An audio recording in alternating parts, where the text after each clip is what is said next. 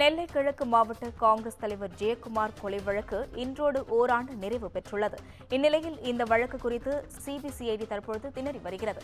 இதுகுறித்த கூடுதல் விவரங்களை வழங்க செய்தியாளர் சிவக்குமார் இணைப்பில் உள்ளார். வணக்கம் சிவக்குமார், உங்க விவரங்களை பதிவு செய்யலாம். அதாவது நெல்லை கிழக்கு மாவட்ட காங்கிரஸ் கட்சி தலைவர் ஜெயக்குமார் நரசிங்கோட கொலை வழக்குல கிட்டத்தட்ட ஒரு வருடமாகி இதுவரைக்கும் எந்த துப்பும் முறையானபடி கிடைக்கல. அதே மாதிரி அவர் இறப்பதற்கு முன் எழுதியதாக கூறப்பட்ட 2 கடிதங்கள்ல குறிப்பிட்டிருந்தவர்கள் உள்ளிட்ட 32 பேர்கிட்ட போலீசார் தற்போது வரை விசாரணை நடத்தியிருக்கிறாங்க. ஒரு டிஎஸ்பி தலைமையில 10 தனிப்படைகள் அமைத்து விசாரித்து வந்த நிலையிலும் இந்த வழக்கு இதுவரைக்கும் துப்பு தொடங்காம தான் இருக்குது. திருநெல்வேலி மாவட்டம் திசைமலை அருகே உள்ள கடைசுத்துப்புதுரை சார்ந்த இவர் காங்கிரஸ் கட்சியோட நெல்லை கிழக்கு மாவட்ட தலைவராக இருந்து வந்தாரு. கட்சி பணிகளை தவிர அரசு மற்றும் தனியார் ஒப்பந்தங்களை எடுத்து சாலை அமைப்பது உள்ளிட்ட பணிகளை செஞ்சுட்டு வந்த நிலையில கடந்த ஆண்டு மே மாதம் 2ஆம் தேதி என்னன்னா இரவு வீட்டை விட்டு சென்ற ஜெயக்குமார் அது பிறகு வீடு திரும்பல. இது குறித்து அவரோட மகன் கருத்தையாங்கிறவர் உபரி காவல் நிலையத்திற்கு புகார் செய்த நிலையில 3 தனிப்படைகள் அமைத்து தேர்தல் துவங்கினாங்க. அதே நேரத்துல அவர் ஜெயக்குமார் குடும்பத்தினர் அவர் கைப்பட எழுதிய கடிதம்னு கூறி ஒரு கடிதத்தை காவல்துறையினரிடம் அளித்த நிலையில தொழில் ரீதியாகவும் அரசியல் ரீதியாகவும் தனக்கு இருந்த தொடர்புகள் அதில் உள்ள பிரச்சனைகளை குறிப்பிட்டு ஜெயக்குமார் தனசிங் எழுதியிருந்தார் அந்த கடிதத்தை. இந்த கடிதமானது ஒரு பெரிய விவாதத்தை கிளப்பிய நிலையில அரசியல் கட்சி தலைவர்களும் இது குறித்து பல்வேறு கருத்துக்களை முன் வச்சாங்க. இந்நிலையில இறந்து போன ஜெயக்குமாரோட உடல் 2 நாட்களுக்கு பிறகு பாதி எரிந்த நிலையில மீட்டெடுக்கப்பட்டு தொடர்ச்சியாக அதன் பின்பு துப்பு துவக்க ஆரம்பிச்சாங்க.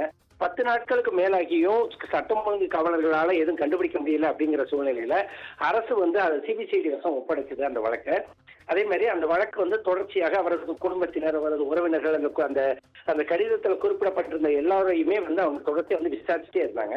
விசாரிச்ச நிலையில இடையில சில நாட்களுக்கு முன்பு குற்றவாளிகளை நெருங்கிட்டதாக போலீசார் தரப்புல தகவல் தெரிவிக்கப்பட்டாலும் தற்போது வரை இந்த கொலை குற்றம் செஞ்சது யாரு, அதே மாதிரி இந்த கொலைக்கான முகாந்திரம் என்ன அப்படிங்கிற ஒரு கண்டுபிடிக்க முடியாத ஒரு நிலையில தற்போது வரை இருந்துட்டு இருக்குது.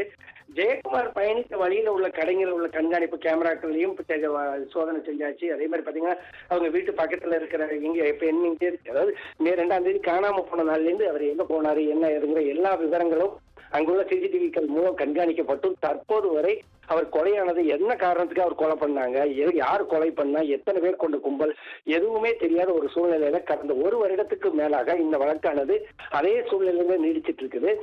அரசு விரைந்து நடவடிக்கை எடுக்கணும் அப்படின்னு ஜெயக்குமார் குடும்பத்தினர் கோரிக்கை வச்சாலும் ஒரு சிலர் சிபிசிஐடி வசம் 1 வருடத்துக்கு மேல ஒப்படைக்கப்பட்டும் எந்த விதமான குற்றவாளிகளை கண்டுபிடிக்கிறது அந்த குற்றத்தோட முகாந்திரங்கள் கண்டுபிடிக்க முடியாத நிலையில அவரது குடும்பத்தினர்கள் சிபிஐ வசம் அந்த வழக்கை துப்புக்கு அனுப்பலாம் அப்படின்னு சொல்லி அவங்க குடும்பத்தினர் தெரிவிச்சிருக்கிறாங்க.